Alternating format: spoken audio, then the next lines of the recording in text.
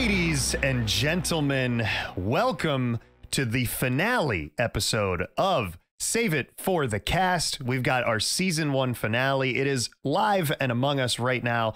I am joined by the eternal podcast boys. We've got, let's see, I get all this stuff taken care of and I don't have it planned where you guys are like phoning in from today. That's kind of disappointing. I don't want to do states though. Let's see. All right. Okay, I got it here. I think you'll appreciate this, Bill. Eric, this will make sense for you after the recording of the podcast. Okay. We've got Eric coming at us from a water slide.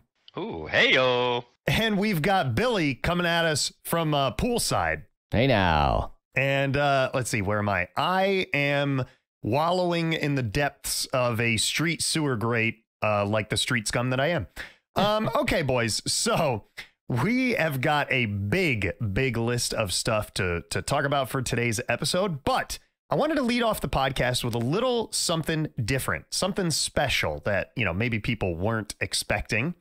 And I certainly wasn't expecting it. I don't know if you guys were expecting it, but I have our very first piece of fan mail for the show. Really? Hell nice. yeah. We've got some fan mail here to open up and talk about today. Now, I have not opened it up. I wanted to save that for the sanctity of the podcast, the show, for the reactions, for all that.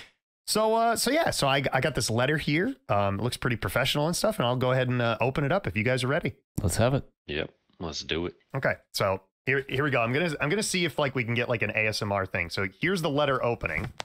Whoops. Hold on. Did you guys hear that at all? Slightly. Yeah, I didn't get any. Okay. I was going to say Discord, unfortunately, isn't going to, but I assure you it was picked up on my microphone. So we're going to get out this letter here and we're going to read this. Oh, actually looks quite professional here. All right. So it is addressed, Dear Save It for the Cast. Hey, that's us. Hey. Nice. Is this handwritten or computer? No, it's actually typed out? up. It actually looks very professional.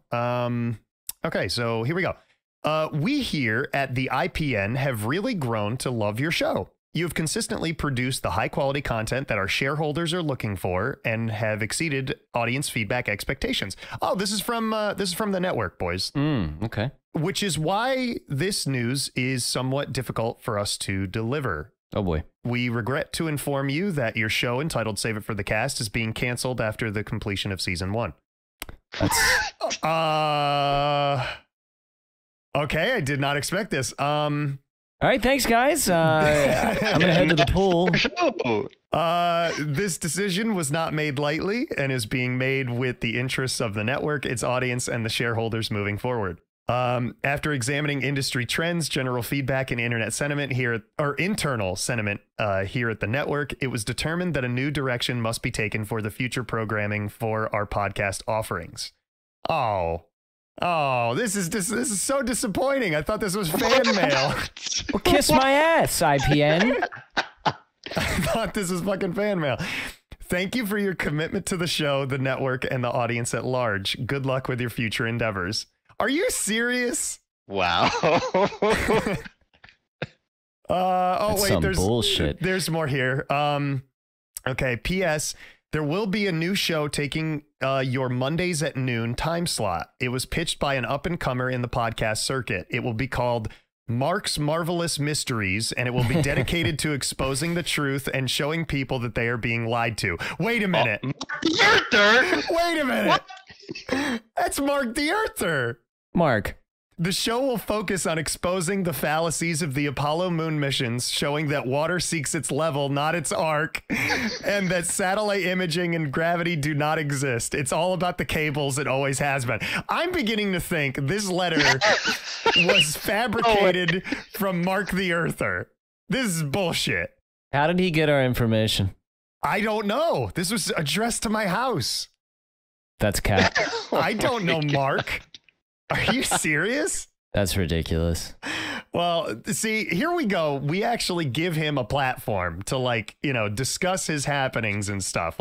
Him not personally, but we talk about his views, and now he's taken our time spot. Well, that's not fair. This is a fucking joke, I tell you what. It's ridiculous. Oh, I'm sorry, guys. I didn't mean to bring down the fucking mood of the podcast. Like, we're literally less than 5 minutes in right here. We're about That's 5 down. minutes in, and the show's been canceled for season 2. Yeah. So, do we Is keep this going? written? Or? I'm so confused. I mean, I opened up a letter. I have the letter here. There's no. You heard the paper yourself. You heard the paper. I What? mean, this is official IPN letterage and postage and stuff. Like, I don't. No, who's the IPN? They're our network. That's our network overlords, like the corporate overlords that We have a network. Yeah, we've been recording for a network this whole season. You're You in didn't here, know bro. that? You haven't been getting your pay stubs? Did you not read the memo? You guys are getting paid? There was a memo. Yeah, I mean, I'm not getting paid, but I figured you guys were. I kind of like took it as like I'm not getting paid, but hopefully they are, so to speak. Right. Oh, no, I'm not getting any. Okay, well that's disappointing. Well, I'm gonna have to have a chat with them. Apparently we're canceled, so I guess thanks for tuning in, everybody. Well, hold on, wait a minute. We've got Canceled. our time slot for this week. Sure. Like, how about we give the people the best fucking episode of a podcast that they've ever listened to? Like, how about we just do that right now? It's fine by me. I guess so. Yeah, if it's the last one. Because, I mean, yeah, we're getting canceled anyway. Like, what are they going to do? Take us off the air? Like, we're still contracted for 10 episodes. They can't pull that out under the rug. Try me. Yeah, I will sue them. I know bird law. Like, I'm very well versed in bird law. All right, well, That's I an guess exciting start. Yeah, I guess it wasn't the start that I kind of anticipated, but at the very least, yeah, that was the thing. So on today's episode, as you can tell by the title, a hard segue, just a hard turn from our cancellation here at the beginning of the show. The name of the episode is called The Hairdresser Debacle, and I'm trying to recall. Do either of you know the story that I'm going to tell today? When I say the term the hairdresser debacle, does anything come to mind? I don't think I remember it. Yeah, I don't think I've heard this. Okay. It may sound familiar as it goes on. I'm not sure if I would have told you guys this or if you have heard it at large. But it's a doozy of a story. And I knew kind of like when I was pre-planning which episodes I wanted to air when during the season, I knew that this was going to be either an opener or a closer. And, we opened with Strip Club Adventure and we're closing with the Hairdresser Debacle. So Right. I figured we'd do that. But before we actually get right into that, I did have a segment of the show queued up for Mark the Earther. But seemingly, I guess he's going to get his own show. So Dickhead. how about we do this? How about we steal his thunder? And how about we undercut one of his like upcoming talking points? And we talk about it here live on the show today. I like Yeah, that. let's do it. Okay, so now, Eric, you actually were the first one to submit a jingle for Mark the Earther here. Now, I don't know if I don't want to put you on the spot. Did you have time to practice or do you want me to give it a go? I did not practice. Okay, do you want to give it a go or do you want me to give it a go? Nah, man, you go ahead. Fuck, because I am losing my voice just in case people can't tell. So, literally pardon me if it's not perfect. But this is submitted by our young lad, Eric, over here. And he said, he actually texted us melody up for interpretation, LOL. So this is just my interpretation, but I don't know if this is what you had in mind. So here we go. So the earth is flat and you don't know Jack. We don't live on a ball. Gravity's fake after all. We've all been lied to. He's nothing like you. Now it's time for Mark the Earther. That's fantastic. That was so good. So it's a little bit of a mix up from what we're normally accustomed to, like with our Mark the Earther, like that. But I liked it. I still, it was different, but it was good. So thank you, Eric, for the lyrics there. So I do have the post queued up in general chat for you guys to look at, and for everybody else, you should be able to go to the social media posts, Save It for the Cast on social media, or the username is @SaveItCast. You know the drill. We've been shouting it out for a long time, so everybody knows what's coming.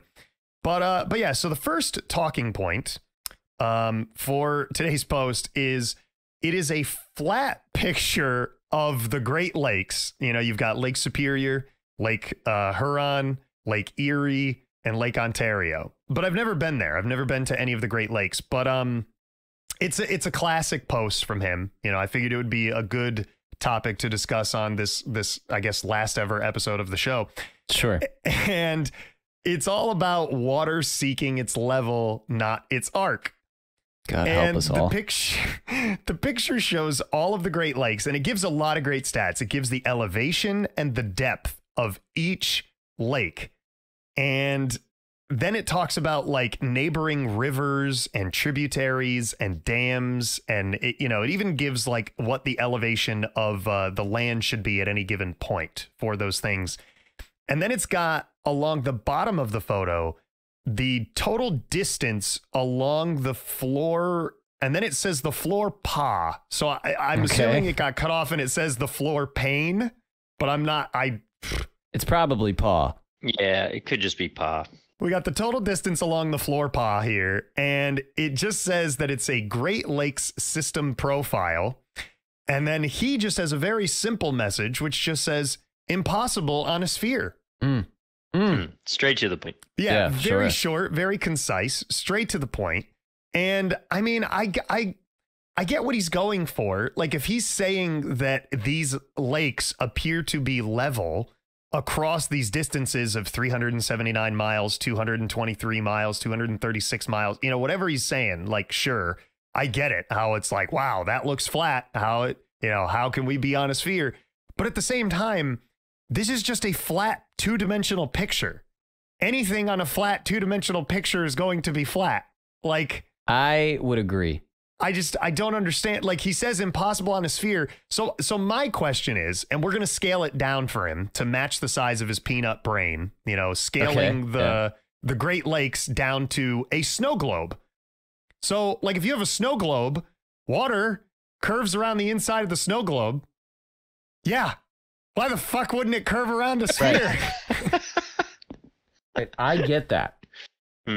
I guess that's my only example for this week. I don't know. I mean, we can't see the number of the total distance along floor pa, but just looking at the numbers, it's got to be like. Hey, look at the numbers. It's got to be like 1,000 miles. Yeah, in total. Maybe more. Yeah, which is pretty far. There's going to be some curvature there. Now, we should also mention, like we said, we give Mark a good ribbing here. But generally speaking... You're goddamn right we do. Yeah.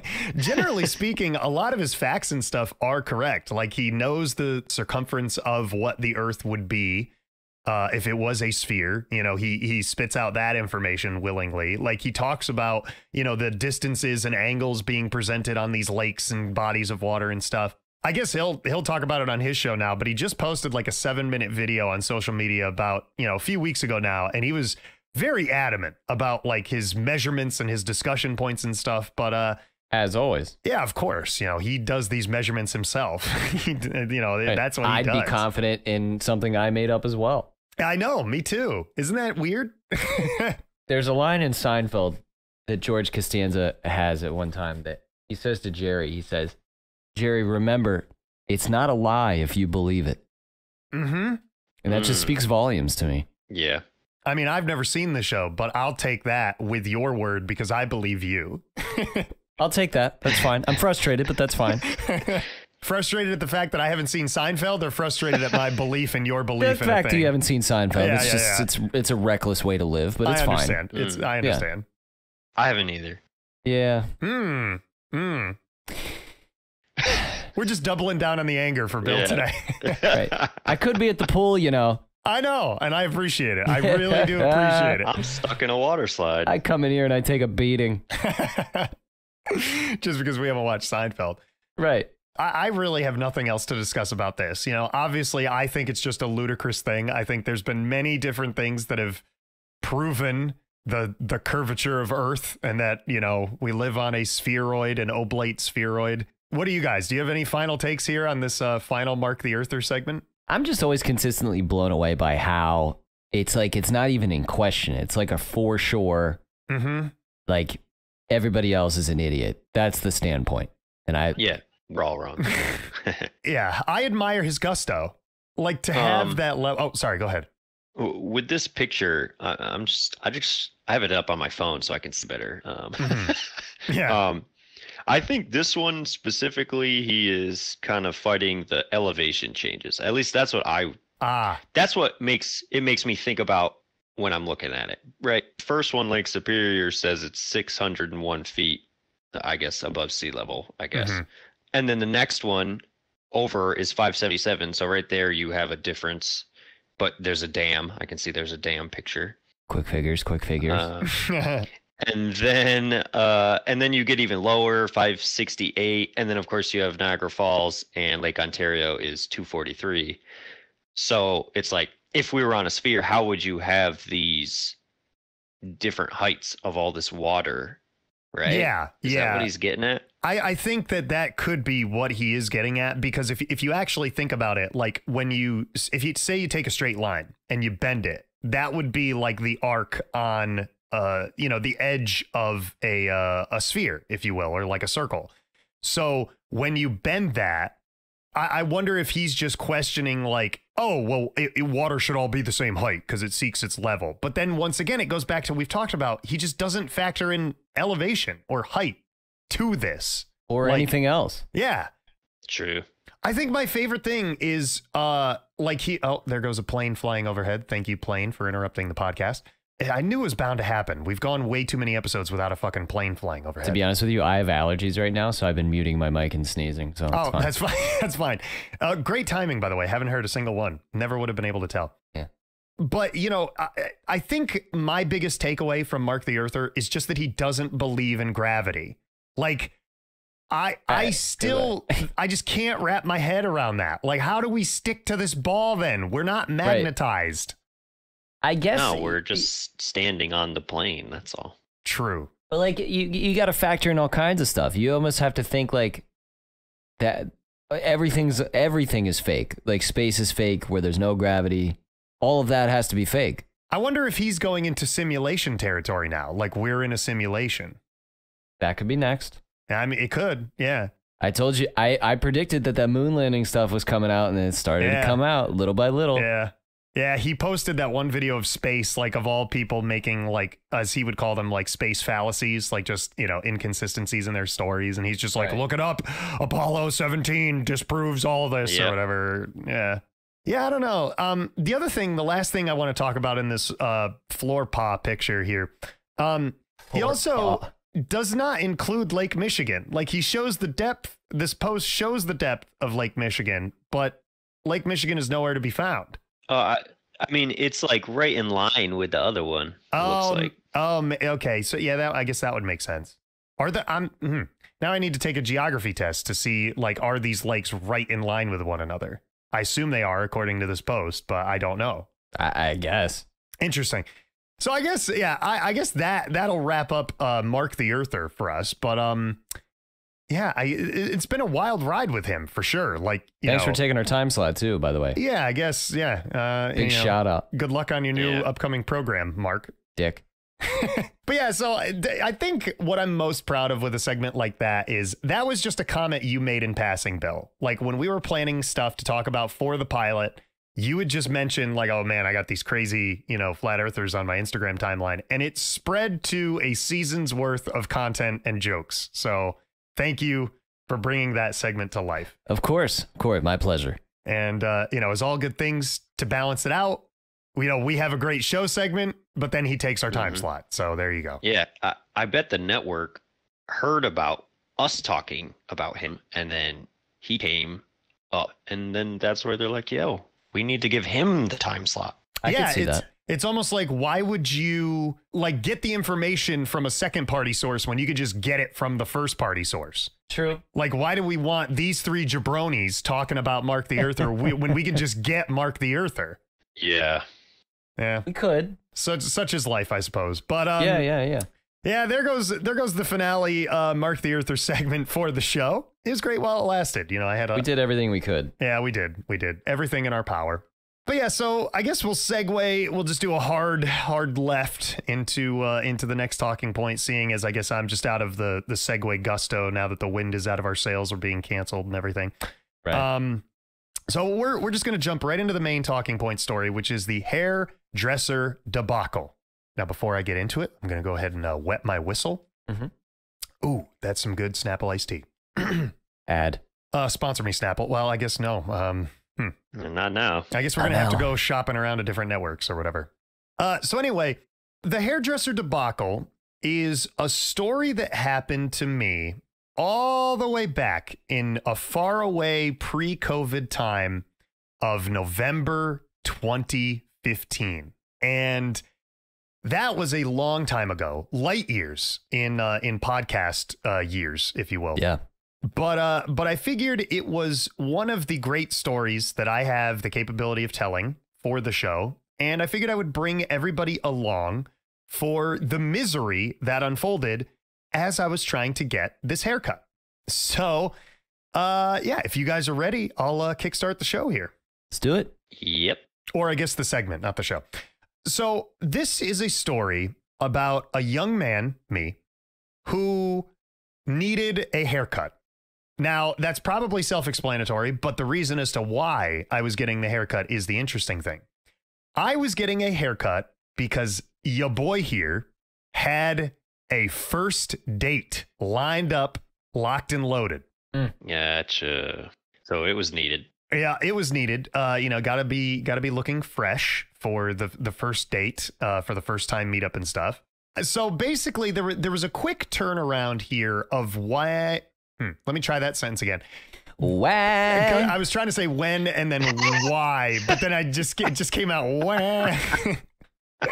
So there was a quick turnaround as to why I needed to get this haircut so fast. It was because I had met this woman on an online dating app, if you will. And we were like, okay, we're going to go out to dinner this next Sunday. So I said to myself, okay, I need to get a haircut. Because at the time I had my old haircut that I had, I guess, at the start of this podcast, which is, longer hair on top, shaved on the sides and on the back and stuff. And I'm like, I need to trim this up. I need to get this under control before this meetup happens. Sure. So at the time, I still worked at GameStop and I was kind of in between hairdressers at the moment. Like I didn't go to a barbershop or a salon. Like I didn't have a dedicated spot where I went. So I was like, you know what? Right across the street from where I worked, across the parking lot, if you will, there was a Supercuts. And I had gone there once before. I got a pretty decent haircut. I'm like, I'll just go into Supercuts. Super convenient, local, reasonably priced. I was like, I got it. I'm all about it right now.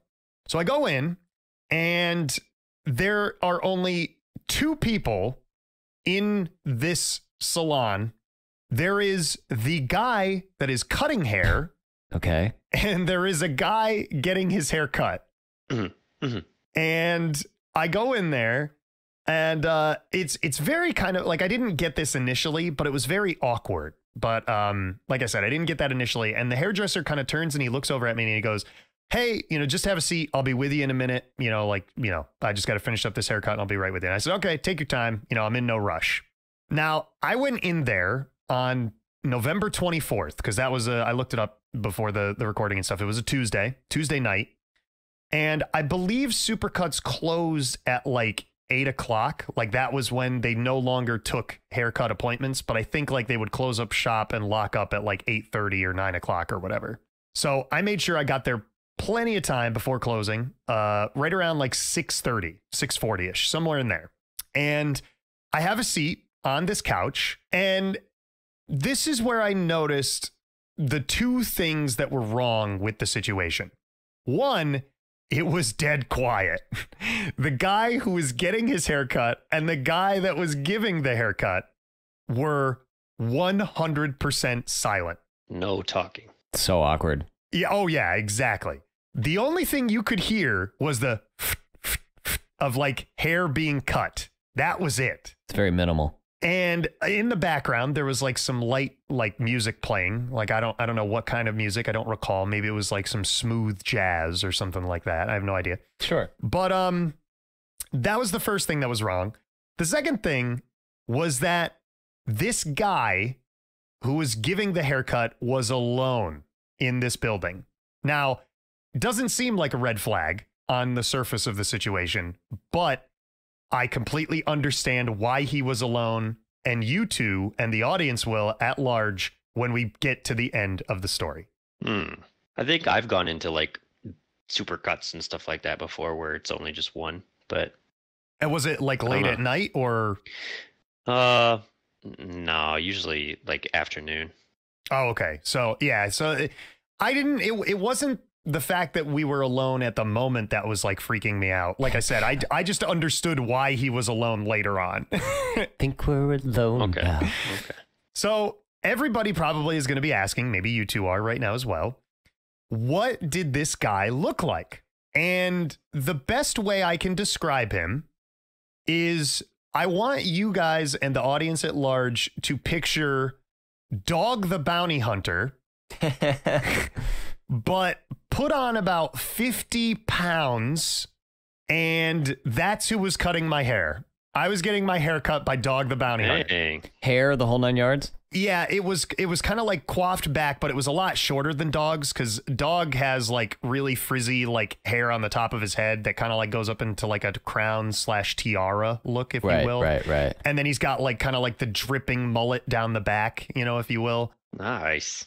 But this guy didn't have that. This guy kind of had like just a standard coiffed hairstyle where like it was kind of combed back. It was high up in the front, almost like he was a greaser from the 50s. And he was like, hey, yo, I'm cutting hair here. You know, kind of like that. But he looked like Dog the Bounty Hunter, but just 50 pounds heavier than Dog, like a very large gentleman that was cutting hair. He actually looked like him, too. Like he had like a leather vest or like the biker jacket look. You know, that's how this guy looked. Love that this guy's at Supercuts, by the way. Oh, yeah. Not the demographic that I would think Supercuts would want to display to their customers. You know, I have no idea what they're trying to display, but I wouldn't think Dog the Bounty Hunter. So he finishes up with this dude's haircut.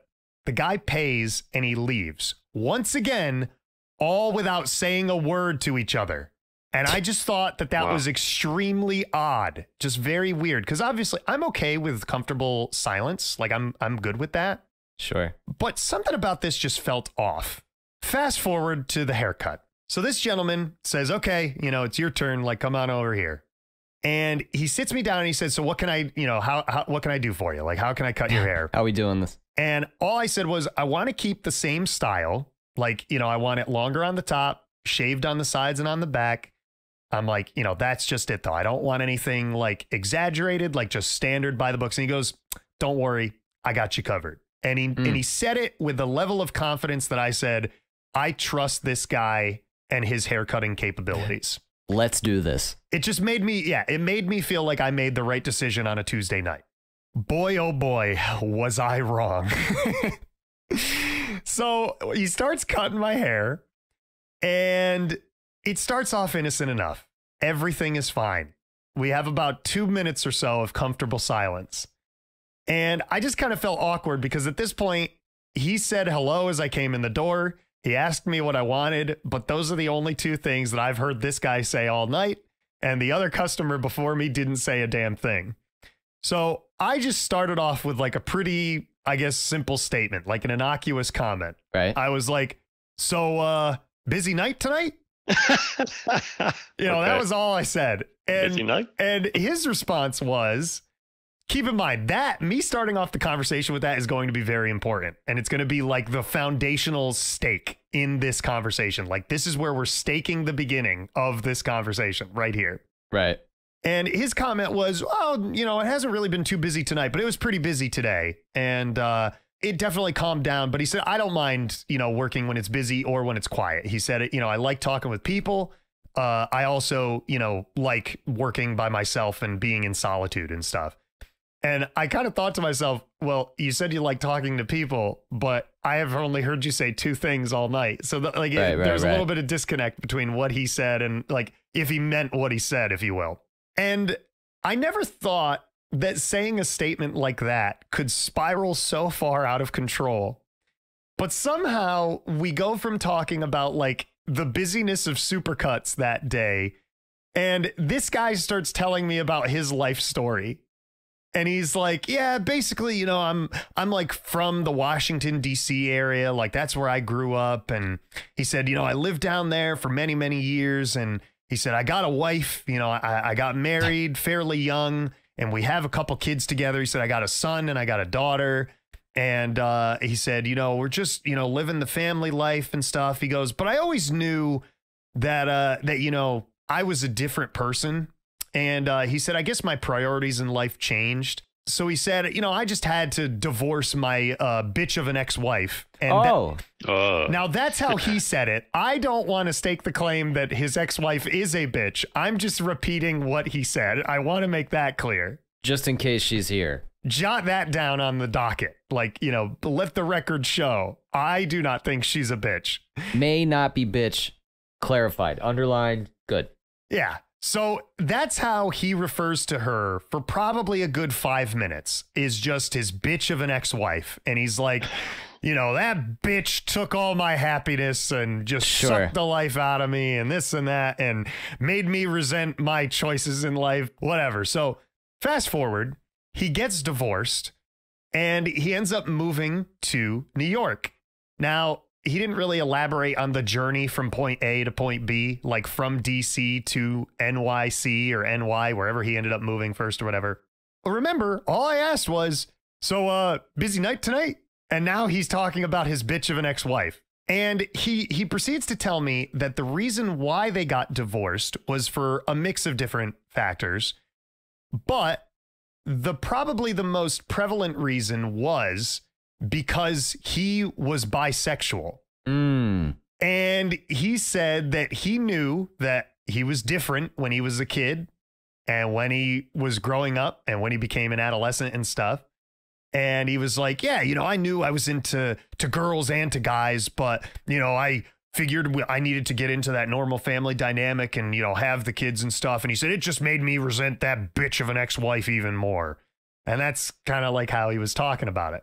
So, like I said, I start off this conversation just like, you know, essentially like, you know, how's it going? How's your day? And now he's proceeded to tell me that he is divorced and gay.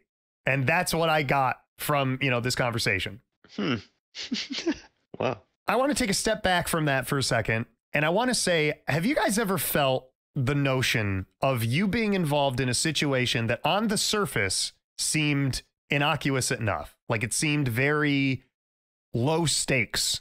And then there was a moment as if you were lighting the wick of a dynamite stick and you could just feel the burn getting closer and closer to that proverbial explosion.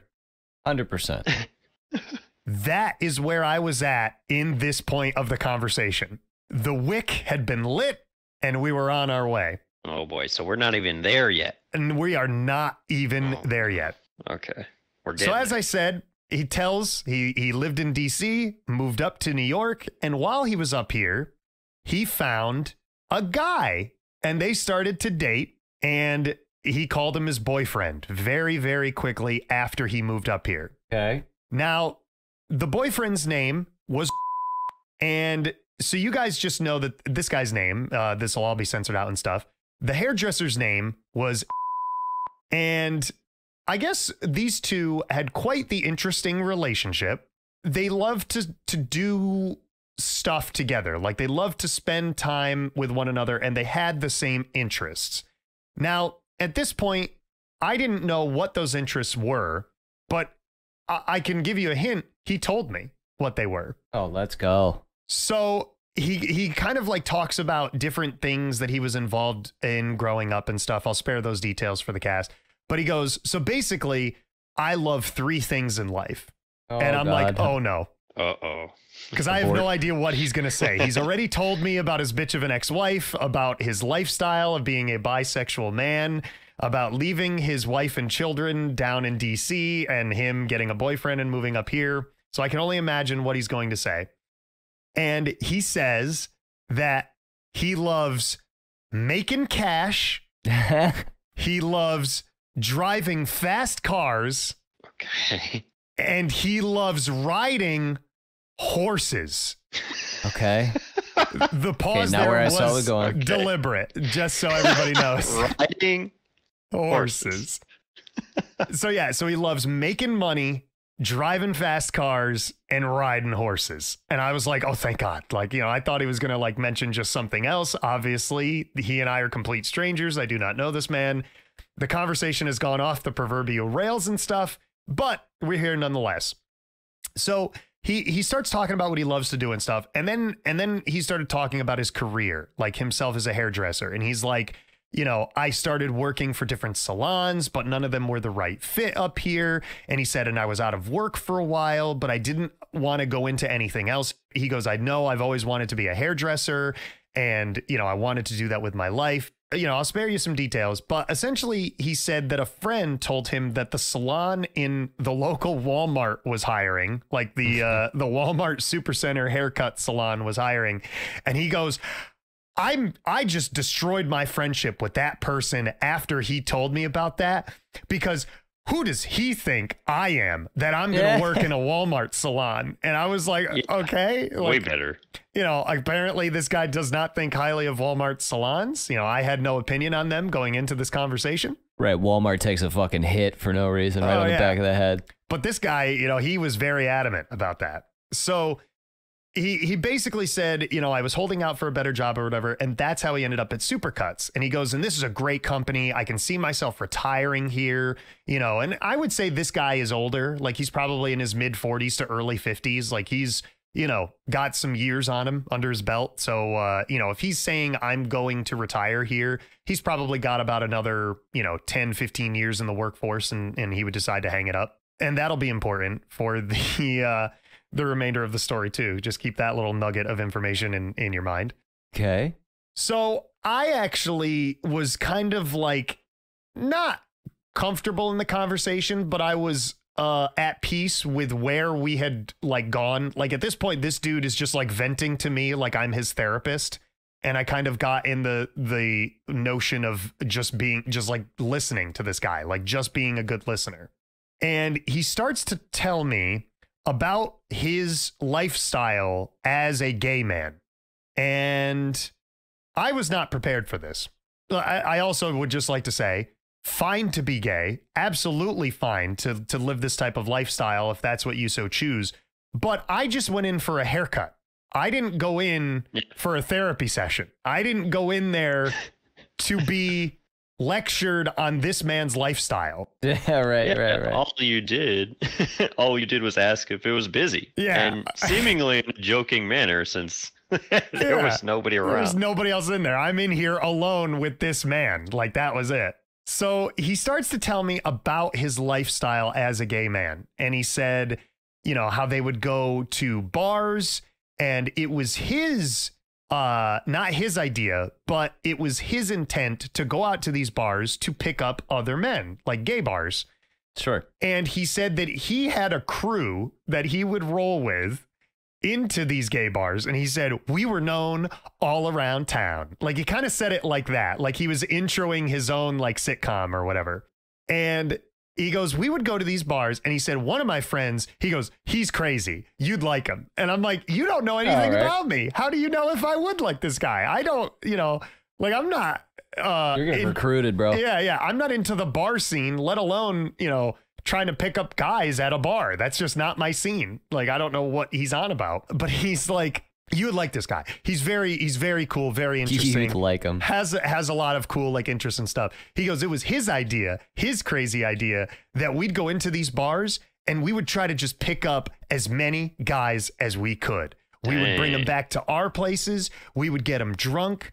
And he goes, we would just do whatever we want. Just do what guys do. Oh my God. Just guys doing guys. That's exactly as he started telling. And I was just like, okay, like, I don't know what you want me to say to this. Like, how do I respond to this? So he keeps going on, and he proceeds to tell me that it was a badge of honor among the group to try and turn straight guys gay or just to try to sleep with them.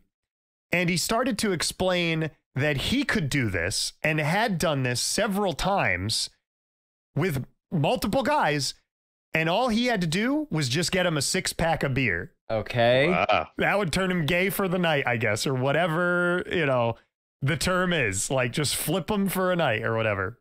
Flip him. Flip him. It's like real estate, but with sexual preferences. And he explained, not in detail, because I cut that conversation off, but he explained how all he needed was a 6-pack of beer and, you know, he was off to the races. And he claimed that he and his crew would keep a running tally as to how many dudes they were able to flip. It's like a challenge. Yes, that's exactly what it was. So I kind of was like, okay, this conversation is going into a territory that I'm not comfortable with because I don't know if he's insinuating that he could flip me. I love that he's cutting your hair during this process too. Exactly. Yeah. Like a lot of people, now I should also preface this because this has just been such a run of the mill thing for me. I don't even think about it, but I'd love to hear your guys' input too. When you get your hair cut, what's the general process? Do you have your eyes open and are you like, you know, engaging with people, or do you have your eyes closed and you're kind of like just quiet, or like a mixture? Like, is it somewhere in the middle? I mean, kind of middle. I guess if she's cutting like around front of my face and hair could be falling, then my eyes would be closed. But normally, gotta close your ears too. Yeah. I mean, I've been going to the same barber for 14 years. 13 years. So we're pretty engaged in conversation.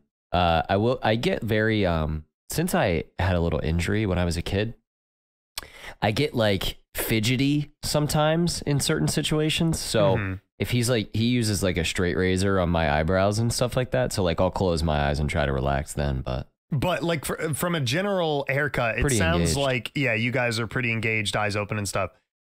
So for me, when I get my haircut, obviously, I wear glasses. They have to take those off when you get your hair cut.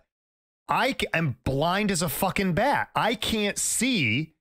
So I just close my eyes because for me, it's easier to look at nothing, look at darkness, than to just look at a blurry world. Like it you know, is just not engaging. It sucks because at that point, like somebody could be trying to make eye contact and I'm staring over at like, you know, I think I'm looking at them and I'm looking at a comb in a jar. Like I have no idea. You don't know what's going on. So I don't know if he was reading into the situation just because I had my eyes closed, and a lot of people interpret that has a certain level of comfortability with people, or it's seen as more of like an intimate thing. Like it's almost like you're trusting them more or whatever. I don't know, but I didn't learn about this until years after the fact. So that was why I brought that up. Right. But I decided to just steer the conversation away from where he was going because I was no longer comfortable with it.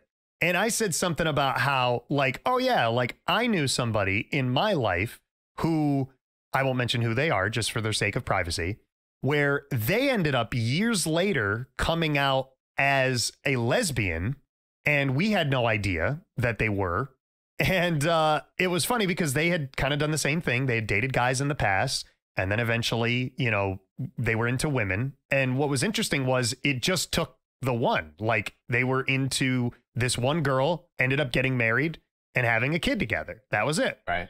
So I had mentioned how, you know, I knew this girl who, you know, was a lesbian. And I said, you know, we didn't recognize that for years, but I'm like, as long as you're happy, like, you know, you got to do you. Like, you got to just, you know, go for whatever makes you happy as an individual.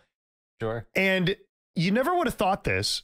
But this guy, he became so triggered by the fact that I said the term lesbian. Oh, boy. And he just goes, oh, you can call a spade a spade. He's like, she's a carpet muncher. I'm a cocksucker.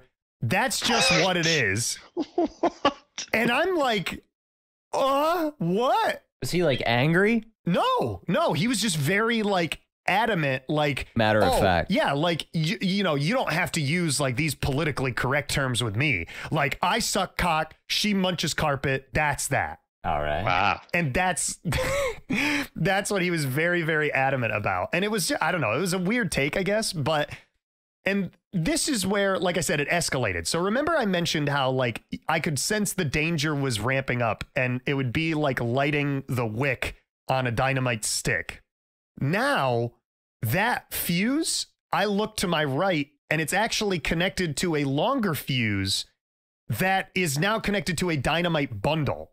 You know, so now I've got dynamite stick ready to explode, dynamite bundle on the horizon. Like, oh shit, you know, things are escalating very quickly. And he starts talking about this and he's going into more details about him and his friends' escapades and stuff like that, like when they would go out to these clubs and stuff. And I was just super, super uncomfortable.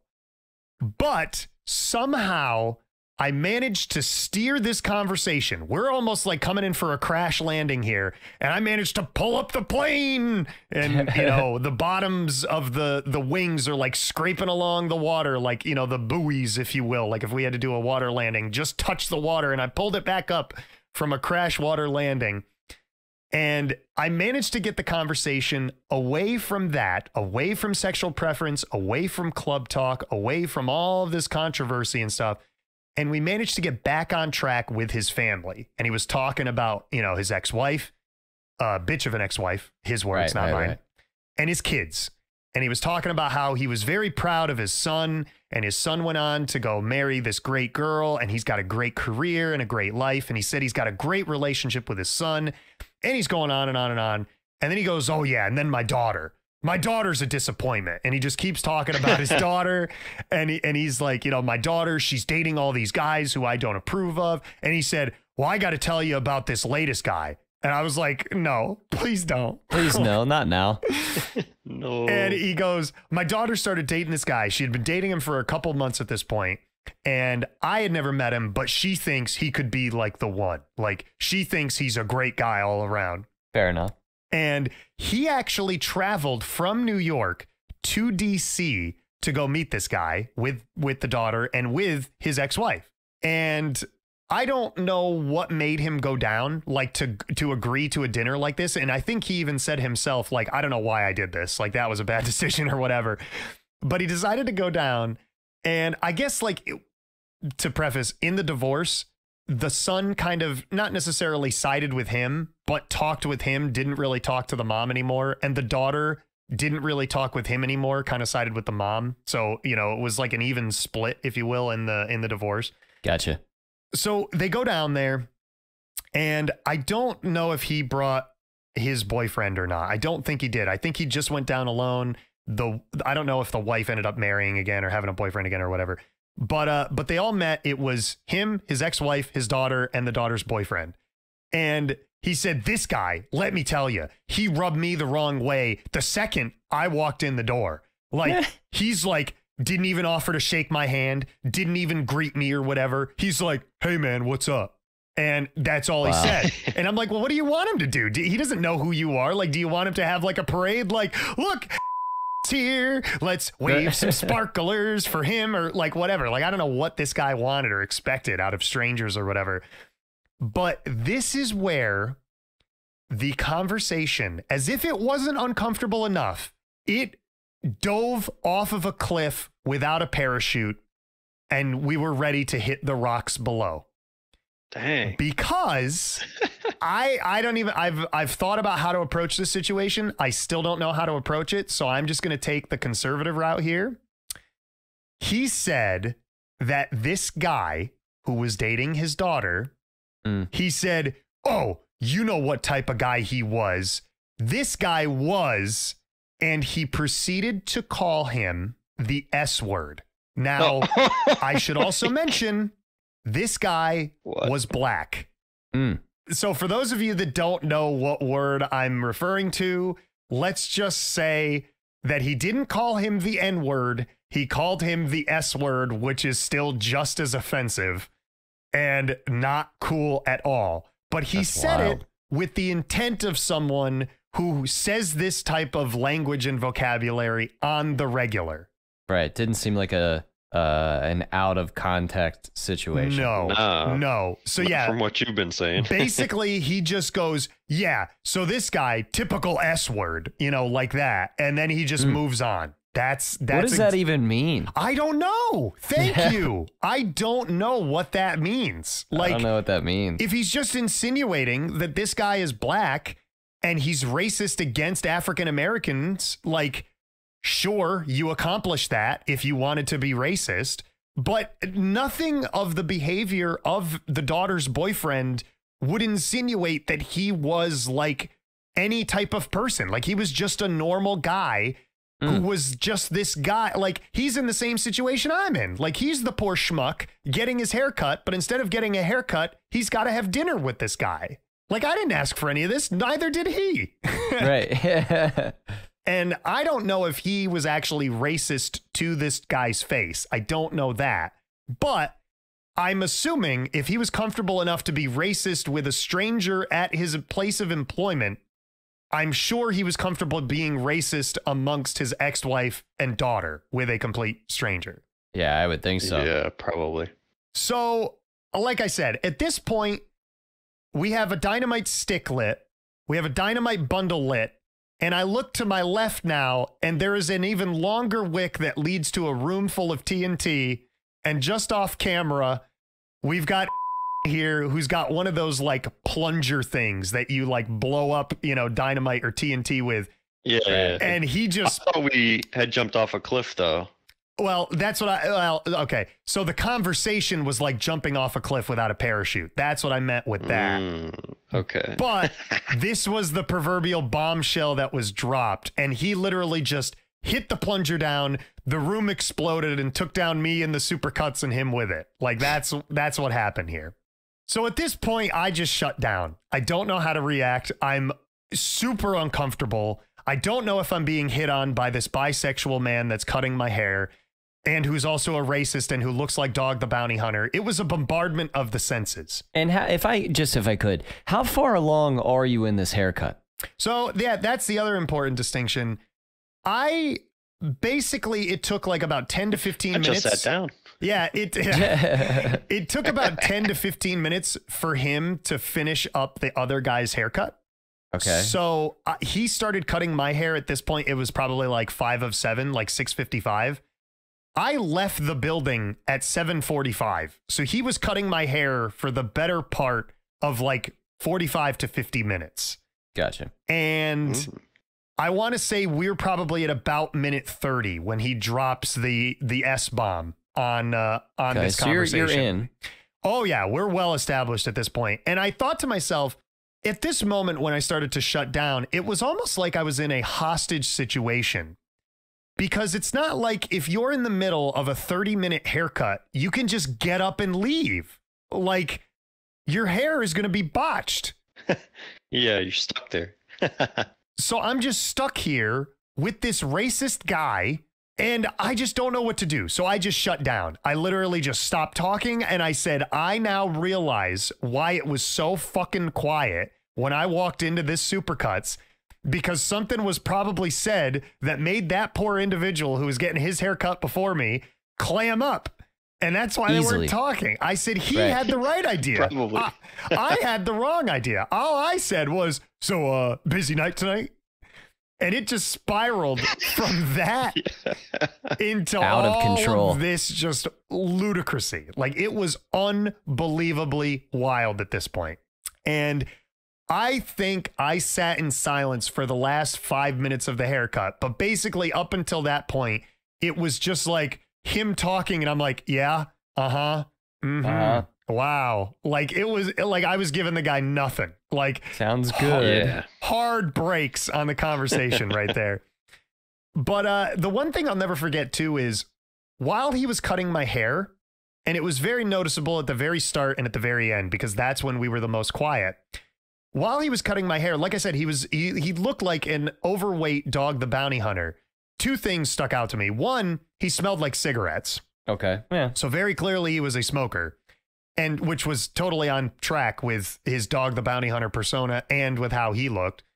And 2, he was out of breath while cutting my hair. I don't know what type of workout he was getting while just standing there and snipping my hair, but essentially this is what I had to listen to directly behind me and on the side of me and stuff. He was like, Jesus, it's got like emphysema. It was like Mac trying to eat the pizza on It's Always Sunny, where he's just wheezing and eating. And that was it. That was the haircut. I had already checked out at this point. So he finishes up. And he goes, oh, so what do you think? And I'm like, oh, looks great. Like, just get me the hell out of here. Like, I don't want to be here anymore. Like, just go, leave. I want to go. Right. So I pay him for the haircut, although I probably shouldn't have. And at the end of it, he goes, hey, so I haven't been here for that long. So I'm still trying to build up a clientele. But if you would like to get another haircut from me, and he reaches over to his desk drawer and he takes out a card and he writes his name on the card and he goes, just call here, ask for, he goes, make an appointment. He said, like that would really help me out. And I'm like, cool. Like, sure. Whatever. Yeah, will do. And I leave and I tell my mom about this horrific experience that I just have endured. And I get home and I tell her this story and she is laughing uncontrollably at this story. And she's just like, there's no way that happened. And I said, it's absolutely true. Like, this absolutely happened. And she goes, well, to be honest, she's like, he actually did a good job cutting your hair. I was gonna say, what did it look like? It was a pretty good haircut, but it wasn't worth the berating that I took. Like, let's put it that way. Sure. It was probably the best you can expect from supercuts. I guess, like, that's what I'll say. Interestingly enough, though, I had gone back 4 weeks later and I made sure to go back during the middle of the day where there would be other witnesses and other people. So this couldn't happen again, because I did not want to get him again. And actually, I had kind of made it a point. If I walked up to the door and saw he was in there, I was just going to like turn around and leave. Like, I did not care what appearances were. I just knew I did not want a haircut from this gentleman ever again. So I go back. He's not in the building. I sit down and I'm kind of talking with this one lady. She was super nice and stuff. Very contrasted to the prior experience I had. And I heard her talking with like the hairdresser next to her. And she was like, oh, can you work like tomorrow or whatever? And she's like, oh, yeah. She goes, I might be able to. She said, I'll run it by like my husband first or whatever, but I'll be able to work. And then she goes, okay. She said, I'm still trying to figure out the schedule after you know who. And then she said, oh, okay. Like, I understand it. And then she said, yeah, like, I just can't believe we ever hired him in the first place. And then somebody goes, are you talking about? And they're like, yeah. And I said, wait a minute. And they go, yeah, you know him? And I said, I got a haircut from him a month ago. And I'm like, I was ready to report him to the authorities. Like, this is insane. So I proceeded to tell her the story that I just told you all right now. Okay. And she was like, oh my God, why did you ever come back here? And I said, well, I had a good haircut experience before him. And I figured as long as he wasn't here, I'd still continue to come back. Like, it was just convenient for me or whatever. She goes, I'm the manager of this location. And she said, I do apologize for him and his behavior. And I was like, it's fine. But it was just, insane. And I'm like, at this point, it's just a crazy story to tell. Right. And I made the joke with her. I said how he told me like he wanted to retire at Supercuts and he had only been there for like a month and a half. And then that was it. Like, well, so much for retiring there or whatever. And I'll do a callback to one of my favorite phrases from the season so far. If you think that that's where the story ends, you'd be wrong. Oh, no. Because 2 years later, my mom, who goes to the same hair salon she's gone to ever since she's lived up here. Same hairdresser for like, it's got to be like 20 to 30 years at this point. And she comes back from getting her hair cut and she's just laughing. And I'm like, why? What's so funny? And she goes, you are not going to believe this. She goes, guess who I saw at, oh my God, which is the name of her salon. And I said, who? And like, at this point, like, I had no, idea of like what was happening because so much time had passed. And she goes, works at my salon. Oh my God. And I'm like, no way. And I said, did you get your haircut from him? She goes, oh God, no. And then she said, I understand exactly what you mean. He's exactly like you described. That's wild. Yeah. Yeah. What the heck? I can't believe that he could hold down a job, honestly. If that's the, like, because you know, people aren't that, like, I know if I have a bad, you know, if I have a bad experience somewhere, I'm telling somebody immediately. Well, yeah, and I don't know what possessed me to not call the manager and report him or whatever. I guess I was just like, I didn't want to be associated with it. And I was just like, I just don't want to deal with this situation. Like, knowing my luck, I'd call and I'd be like, can I speak to the manager? And he'd answer the phone like, hello, or something like that. I'd be like, no, no, nothing's going to get done. But obviously it would have been weird for him to come in and become like the manager within 3 weeks of working at this establishment or whatever. Right. But yeah, that was the hairdresser debacle. I mean, I just can't believe that it came full circle. That's fantastic. Yep. And he actually worked at my mom's salon for, I want to say like 2 to 2.5 years. He was there for quite a long time. And then eventually he got fired from there as well, if you can believe it. And he started working at a salon down the road. So I'm pretty sure that was the only salon like he had yet to apply to or like work at prior to his other places. And I think he eventually got fired from there too. So I have no idea what the guy's doing now. If he's cutting hair, if he's riding horses. Riding horses. Well, you got to find him, obviously. No, I don't. No, you do. Bring him on the podcast. Oh, never mind. You can't bring him on the podcast. Yeah, I'm not going to bring him on the podcast. I would. Canceled anyway. Yeah, well, yeah, canceled. So well. See, you get in a rhythm, you tell the stories and you forget all the bad news that's been up to this point. And yeah.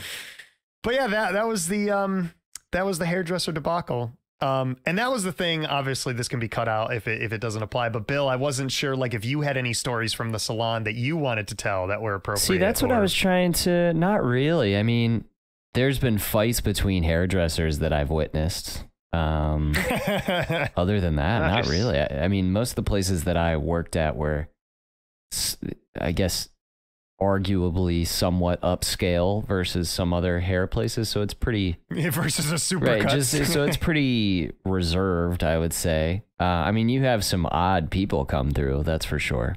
Yeah, so it wasn't like you had like a manager like at your job at J. Crew. Like you had very likable people at the salon. And the second one that I worked at, the one that I helped to open, it's my barber's salon. So like I obviously worked very closely with him. So it wasn't like I ever walked into a situation where I don't know people. And like to this day, we'll see people downtown here who are clients of both salons and like I'll talk to them or they'll seek me out and stuff like that. So all in all, I'd say pretty positive experience. Not like that. Not like mine. Well, that's good to know, I guess. I also think it's important to know, and this tracks for the season of the podcast. We started off with my horrific experience at a strip club whorehouse and how, you had a phenomenal experience at a strip club. And then we end with my horrific experience with a hairdresser, and you've had like phenomenal experiences like at the salons and hairdressers and stuff that like you've gone to. Right. It just it all tracks. I guess it comes to, a fitting end to the finale and stuff. So it is what it is, I suppose. Yeah, it is what it is. Really, the only thing for me, I guess, I feel like all of my haircuts have been normal, but except for one, I just had it was the first time I had went to this place, and just the fire alarm went off. It was like, it wasn't like a single building. It was like along a whole complex, right? Sure. And so the fire alarm went off mid haircut, and I had to go outside with the little cape thing on. And oh, that's awful. We were all just standing out there while we were waiting for it. But that's about terrible. I just picture like when we were in school, and it would be like, kind of winter going into spring, and we would just get an abnormally cold morning or whatever, and they'd be like, today's the day we test the fire drill, and it'd be like, woo, woo. And we're just sitting outside freezing our asses off, and it's like, we know this is a fucking test. Can we go back into school? This is ridiculous. But yeah, so that's the hairdresser story. So I guess what we'll do to end the podcast here, we still got a couple more segments. Basically what I wanted to do was do every single segment that we've done on the show up to this point to kind of, like celebrate the season, where we've come throughout the course of the season, and just like get almost like a greatest hits. Like we'll just hit each nail as we go down the proverbial piece of wood with the hammer, and then we'll just, I guess, hang it up on the wall because we're canceled. So we've already done the Mark the Earther segment. We've done the main story now. So I figured we would go into one of my favorite segments, which is, what is it called? And I figured that we would go into it. For those of you that don't know this segment or didn't listen to the Mystery Man on the Hill episode, basically this is a segment where I, Aaron, hello, give the panel here a picture to look at, and they give me their opinion as to what that object or thing or activity or whatever is called. And the joke being that depending on where you're from in the country, regional dialects, stuff like that, you're going to call things differently by their title. It could be, something that's great, like, an ice pop or a freeze pop, or it could be something like in Australia where they call it a super duper or like a icy pole or whatever. Right. By the way, we all of which condone those terms. Those are some fantastic terms. So I guess we started off with Eric last time. So we'll start off with Bill today. Oh boy. Bill, I have just uploaded a picture to general chat. Okay. Go ahead and tell me, what is this called? Sub. Okay. And Eric, what is this called? Yeah, that's definitely a sub. That is a sub. And what I would call it is also a sub. We have ding, a ding, 3 ding, ding, for ding, 3. Sound the alarms. We have our first ever agreeance on the panel, where we all agree as to the title of what that thing is. So interestingly enough, one lasagna. I have nope, 2 lasagnas. Okay. 2. We're just hitting all the high points of the season here. When you would go to Google like what this is, and you would actually like be looking for the definition, when you just Google like sub, the first thing that comes up is like a submarine, like that you would have in the water. So, you do have to Google this submarine sandwich, but it is also known as a sub, a hoagie, a torpedo, a hero, or a grinder. A grinder? Isn't that an app? Yeah, well, it is. For that hairdresser of yours. He would probably be on grinder. It all tracks. But yeah, so the definition is, it is a type of cold or hot sandwich made from a cylindrical bread roll split lengthwise and filled with meats, cheeses, vegetables, and condiments. It has many different names. That's the actual like definition and stuff. Also here though, if you go down the list, like it talks about the history of this, and it says that it originated in the Northeast and it's prevalent in Italian American communities. And the popularity grew from its origins in Connecticut, Pennsylvania, Delaware, Maryland, New York, New Jersey, Massachusetts, Rhode Island, and most parts of the United States and Canada. And I was like, well, wait a minute. That's not the Northeast then. Like if it's most parts of the United States or whatever. Most parts. But yeah, it says here, Edwin Ames or Eames, however you pronounce that name, Eames. Eddie. And Howard Raboy identified 13 different terms for the submarine sandwich in the United States. And then it proceeds to like go down what they're called. So obviously we have submarine, we have hoagie, we have hero, we have grinder. And then the other ones that aren't included up top, you've got a wedge. No. You've got a spooky or a spucky. No. And that comes from Boston, our friends in Boston. Boston. I got to go to the Boston Yard to get a car from my friend. I went up there to Malden. And then there's other types of sandwiches too. And you have a blimpie, which is shaped like a blimp from Hoboken, New Jersey. That I've heard of. You have a Gatsby, which is from Cape Town, South Africa. You have a po' boy, which is from Louisiana. Oh yeah.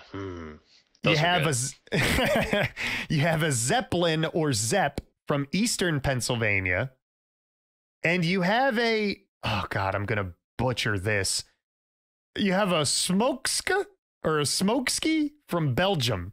And I can't tell you if I'm pronouncing that correctly or incorrectly, because when I click on the Wikipedia link, it goes to a Belgium like Wikipedia article. And it says, Ein Bruti Smossen Smoksy genoemd. Is die Vlassem naam voor een broekie of een stuk stokbrood. Like, I'm not going to, make you all suffer through this. But I just don't know how to pronounce that.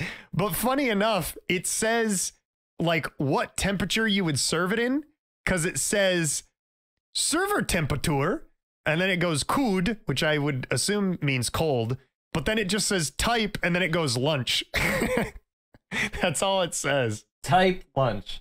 So yeah, that is the conclusion of this segment. What is it called? I'm so glad that we agreed. What is it called? Yeah, it's actually good to be like on the same side of a debate. Obviously the lasagna episode was very divisive. I've, had people send messages and comment and stuff all this time. So, it's good. It's good that we're all on the same team here for the conclusion of the season. Well, I guess the series, but, nonetheless. Sure. So now we've got two more things left for the show. I figured we'd go on to something we have not done in a long, long time. And that is a good old Chuck Klosterman's Hypertheticals. Yes, let's hear it, baby. Yeah, today I figured we would go with a nice little situation. Well, I guess it's not nice. It's actually probably a pretty terrible situation, but I would like to see how you two would react in this scenario. So the title of the card is called The Kidnapper. Okay. Are you both ready to be kidnapped? I'm ready. Yes. All right. So we have, you are kidnapped by a diabolical but completely honest madman.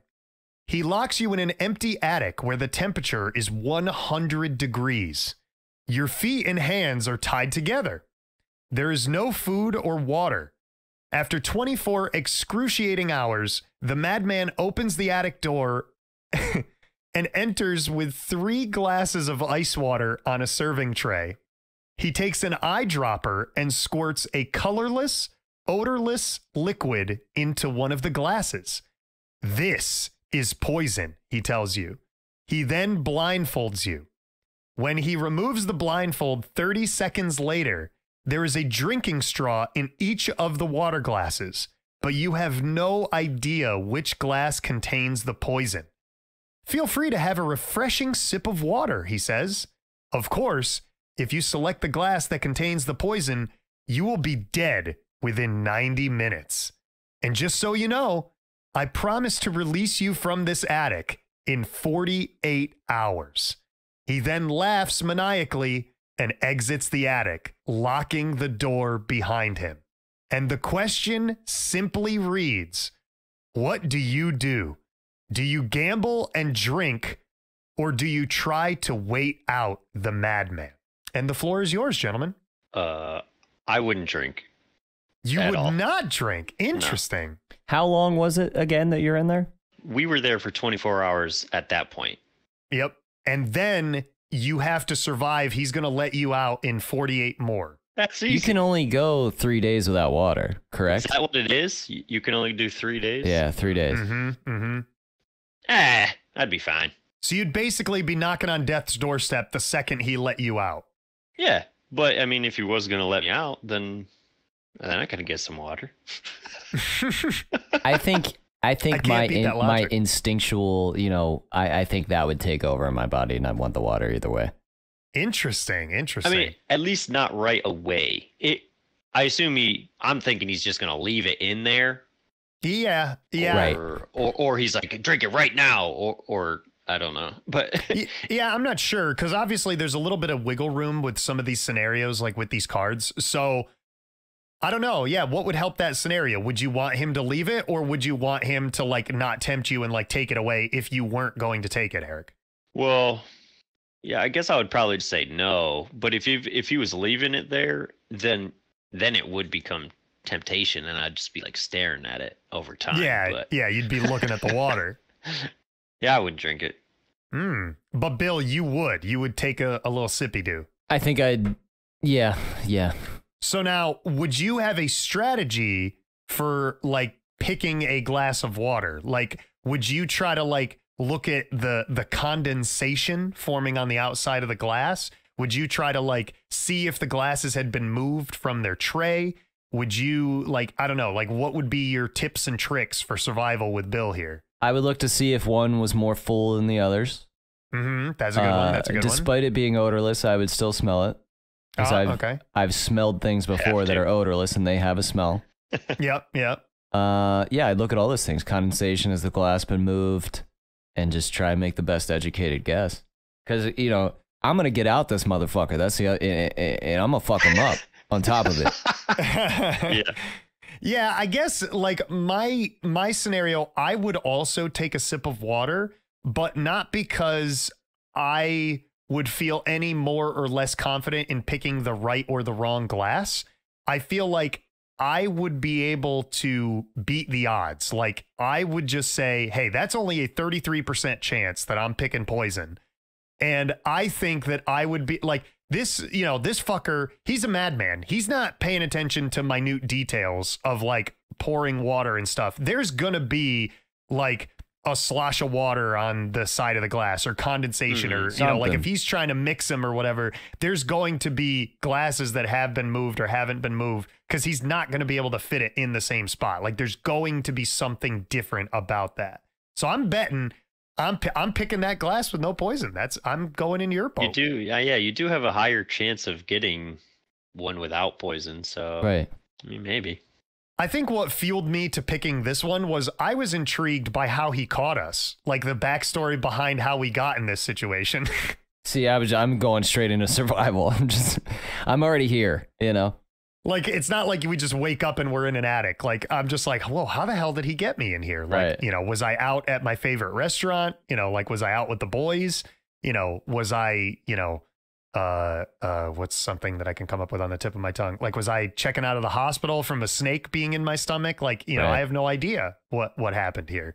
I'm trying to get as many references from the podcast in this episode as possible. No, I love it. You're trying to jam them in there. I respect it. Of course, because we're being canceled, I guess, by IPN. Yeah. So, but yeah, so that's interesting. I like that scenario. I feel like that was a good way to close the book on Mr. Klosterman's hypothetical situations. So, out of the three of us, though, how many of us three would make it out with our choices? Right. Yeah.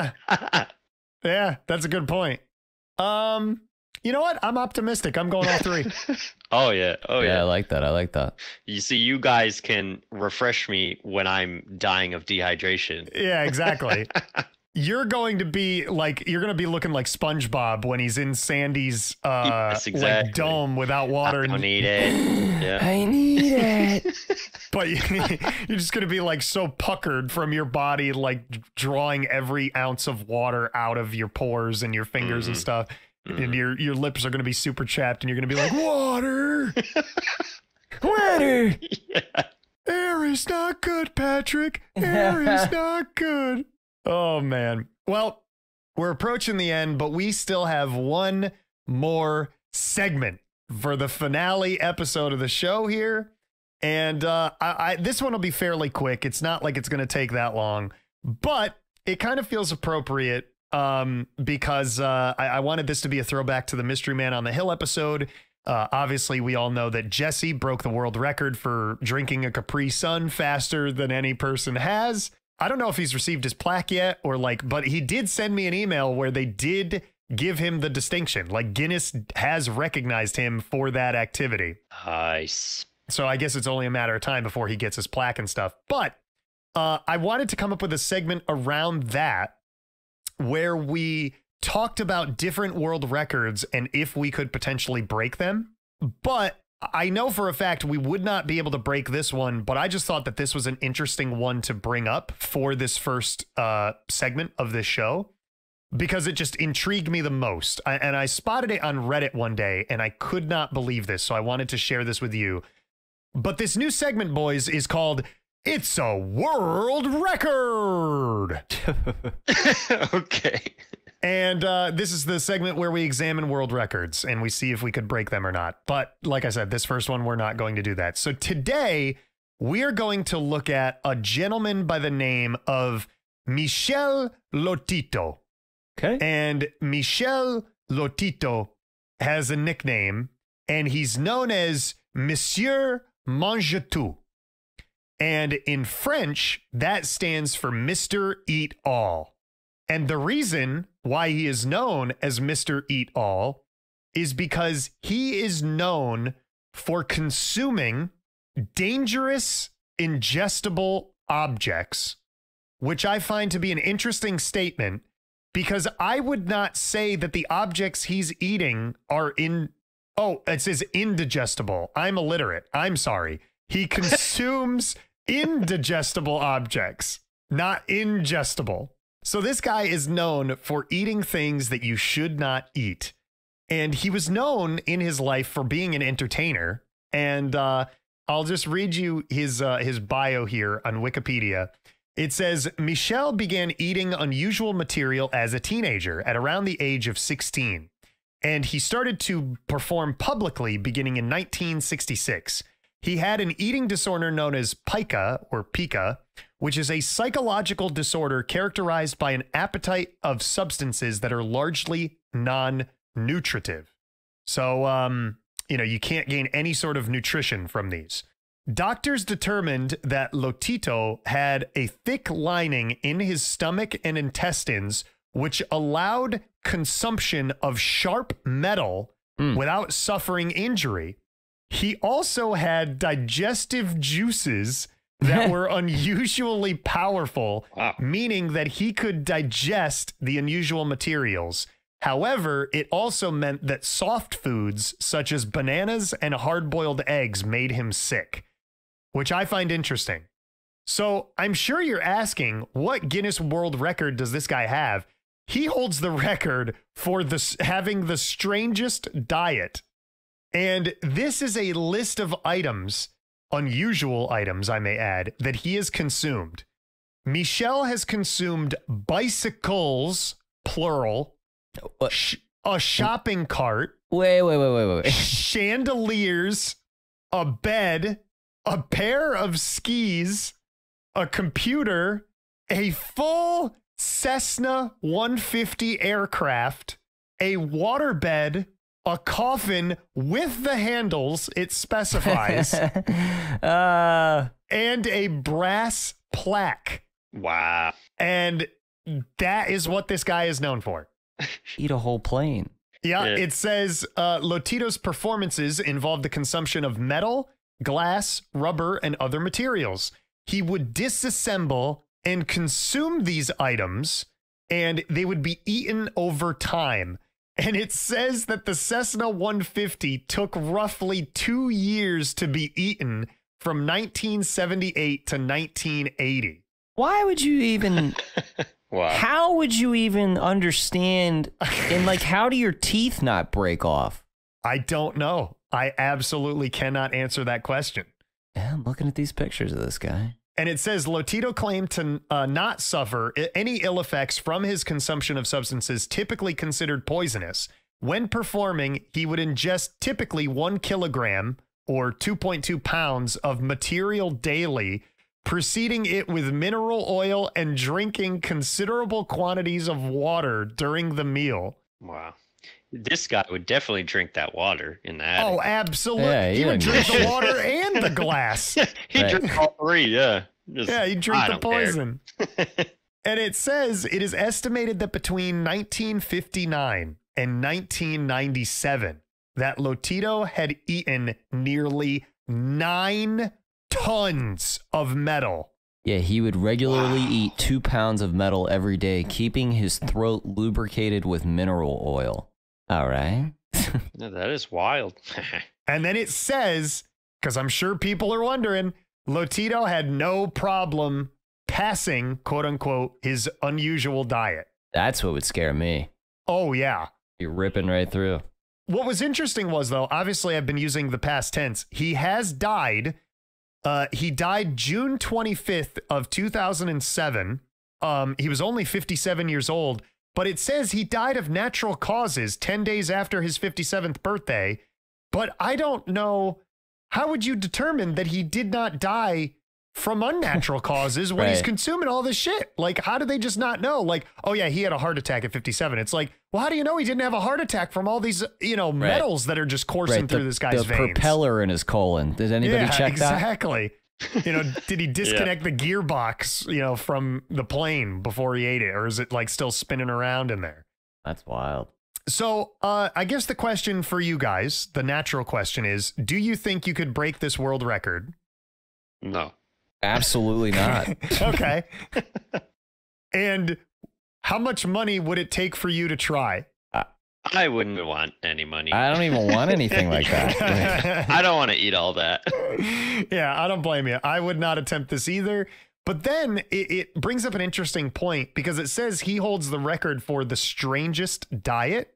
So I want to know how you break that record. Like, is it just how would you classify, like, what's more ludicrous, a bicycle or a shopping cart, or a television or a plane? Like, so what would you have to eat? Like, if I ate, I'm looking around my room here, like a ceramic pelican statue, like, how does that rank, on the scale of like strange diets? Like, I'd say that anything that's not food would be strange. That is true. That is a good point. But yeah, this guy, there's a lot of great pictures. If you look at him online, there's a meme picture of him biting into a like a metal gear or brake rotor or something like that. Or I don't know. It looks like it has spokes in the middle, and he's just taking a chunk out of it. And he goes, he died of natural causes in 2007. Or if you look at some of these old pictures, like he's sitting in front of a plane, like with a fork and a knife, and he's getting ready to eat like something metal. Like, obviously that was a staged photo, but there's, some really, really great pictures if you look on Google of him like jamming his head through a bike wheel, like through the spokes, and he's got some of them in his mouth. Yeah. But yeah, this guy definitely, I don't even know where to begin, like how you would start that process of like, so it does say in the Wikipedia thing that it was a psychological disorder.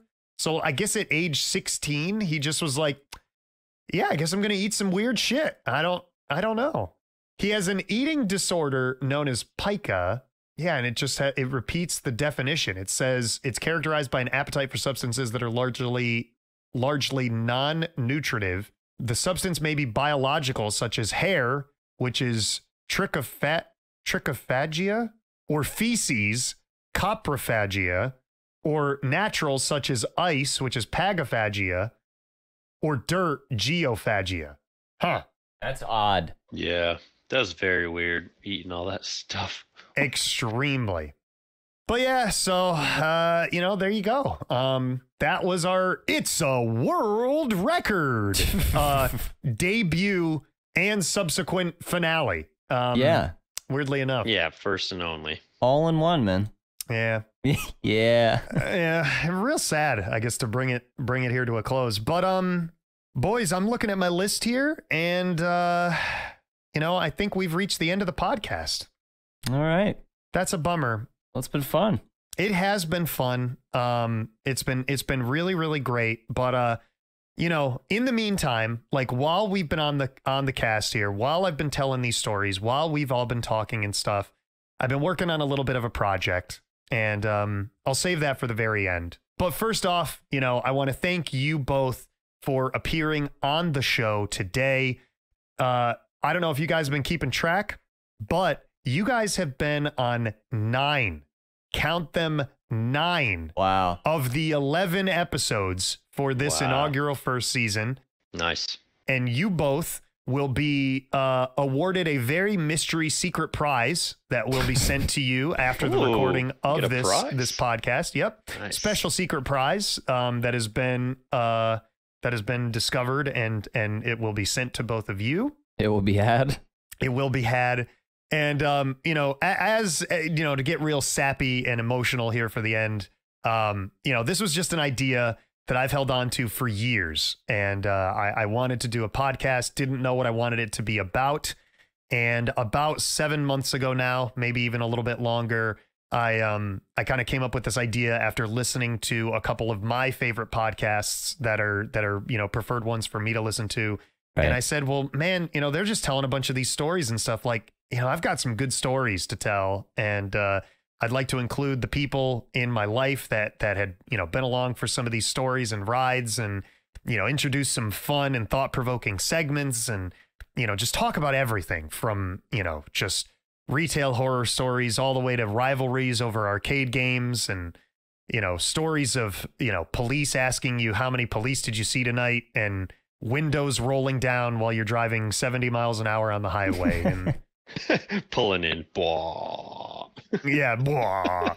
Shouting buffalo at a slot machine. We've covered a lot of different things on this show. Hopefully, Aaron, if you can find a buffalo soundbite, please include that in right now. Buffalo! But yeah, it's been a hell of a ride. I thank you, gents, for your participation. This has been great, catching up for an hour to an hour and a half at a time, and for sharing it with the audience at large. It's been one hell of a ride. Long silence. Sorry, what a way to end the show here. So yeah, we've got let's see, where are you gentlemen coming at? I guess we could do the old throwback here. We got Billy coming at you from the right screen. Have a lovely, lovely start to your summer. And we've got Eric coming at us from the left side of the screen. Hey yo, thanks for having me. And we've got Aaron sitting right in the middle in his overly loud, squeaky computer chair. And, that's about where I guess we end the show. But yeah, I thought we'd take a minute, boys. We'll walk, side by side to the edge of the proverbial flat plane of existence on our flat Earth. And we'll just look out over this event horizon line. And I want you to ignore the subtle countdown and beeping that you may hear in the background. What I've actually done is I've actually rigged this Discord server to explode in about 30 seconds or so. And that's about all the time we have before this show is going to end and burst into flames and stuff. So, we won't be able to come back to this. We're not going to give Mark the satisfaction of coming to our platform and stuff. So, just enjoy these last few moments of looking out over the flat Earth plane, and I guess say goodbye. Yeah. Goodbye, everybody. Goodbye. All right. And in 5, 4, 3, 2, 1. Goodbye.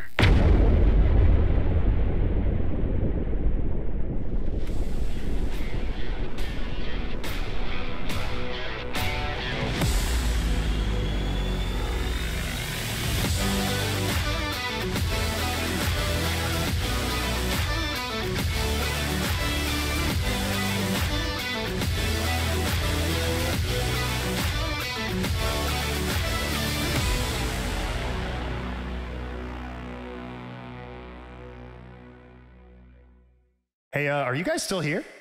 Yeah. Holy shit, we're ghosts.